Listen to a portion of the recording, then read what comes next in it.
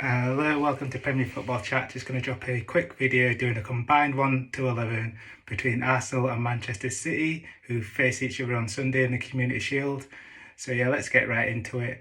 So yeah, in goal, I'll probably go with Edison because he's got better distribution, he's better with the ball at his feet than Ramsdale, and he can handle the pressure moments better as well from what I've seen so far. Ramsdale's still young, he's a good keeper, but yeah, I saw a few mistakes from Ramsdale towards the end of the season, most notably against Southampton, and Edison's got good distribution and he can set up attacks quickly as well, so he can knock the ball up to the likes of De Bruyne and Haaland straight away and they can go into the attack.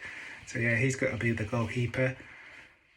And right back, I'm going to go with Kyle Walker. So for me, it's between him and Ben White, but obviously Walker's more of a natural right back, and he finished the season stronger. Ben White got a bit tired, but at the start of the season, Ben White was exceptional. Walker was a bit on skates as well against the likes of Saint-Maximin early on in the season, and he was getting into the team at one point, but he's fought his way back in, and he's done really well against the likes of Vinicius Junior in the Champions League and also Mbappe at the World Cup. Yeah, he's got the pace as well, everyone talks about, so yeah, he goes in there. Centre-backs have got to be Ruben Dias, he's a natural leader, great player as well, has done really well towards the back end of the season while City were going for the treble. And also William Saliba, he's been a Rolls Royce of a defender since he's come into the Arsenal side and has been really good, and that is one of the main reasons why they had such a strong season. And at left back, I'm going to go with Nathan Ake over Zinchenko, just because for me as a defender, you've got to be able to defend, whereas I don't think Zinchenko can defend. He's more of an attacking player. He's great on the ball and he's good at that inverted role, and Arsenal did really well at the start of the season with him in that role, but towards the end of the season when it was coming towards that run-in, a lot of the goals that came from his side, he was nowhere in the picture when you was watching the replays. It's like, where are you? You're supposed to defend your side first and foremost. So yeah, I'll go with Nathan Ake. And I'm going to have a holding midfield two of Rodri and Thomas Partey. So yeah, Thomas Partey was really good for Arsenal in the holding midfield role. A lot of people thought he could leave in the summer, but he's stayed on, and yeah, I think he's an important part of Arsenal, and yeah, he's got a good strike in him as well. Don't believe me, as Tottenham fans, they know about that. And yeah, Rodri, he's also got a good shot on him as well. So yeah, he scored the Champions League goal that gave City the Champions League, their first ever as well. So yeah, he's got a good shot on him as well, and he's very good in that holding role. And yeah, he'll go down as one of the all-time great Premier League players for me. And in the attacking side, so we're going to start with the right-hand side. So I've got to go with obviously Bukayo Saka. He's just so good on the ball. He's so strong as well, and yeah, he takes a lot of kicks, but he just keeps getting up and keeps going again. And yeah, he's been outstanding. Great output in terms of goals and assists as well. He's played a lot of games as well. And he did get a bit tired towards the end of the season, but that wasn't his fault. That was more Arteta just constantly playing him. And yeah, he's obviously reliable as well for club and country.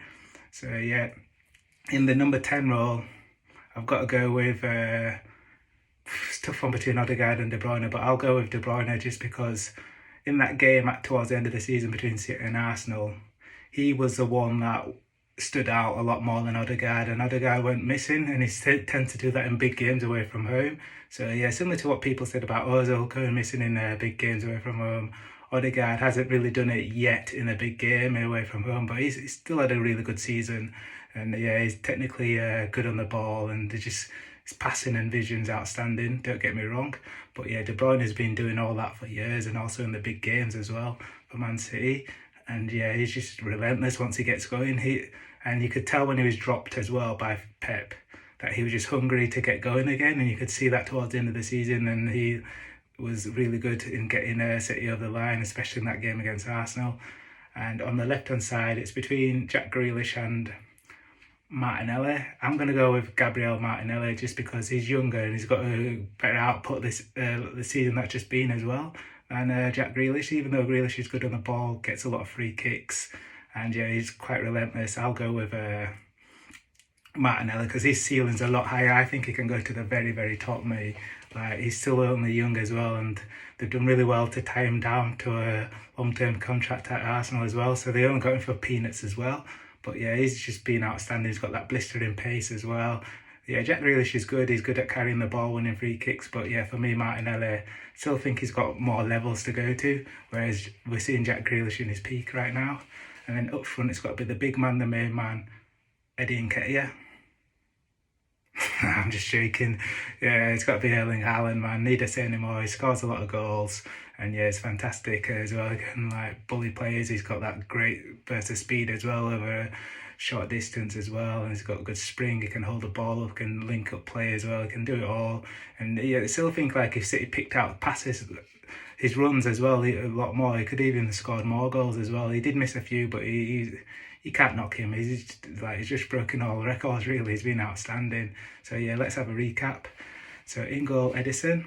Right back, it's got to be Kyle Walker, and then in the centre backs have got to be Ruben Dias, Saliba, and on the left it's got to be Nathan Ake. They're holding to Thomas Partey and Rodri, and then on the right, Bukayo Saka. In that 10 role, it's going to be De Bruyne, and then on the left, it's going to be Martinelli. Then up top, it's got to be Erling Haaland. So yeah, that's my combined 1 to 11. Let me know what you think and what yours would be. Peace out, hit that like button, and have a good day.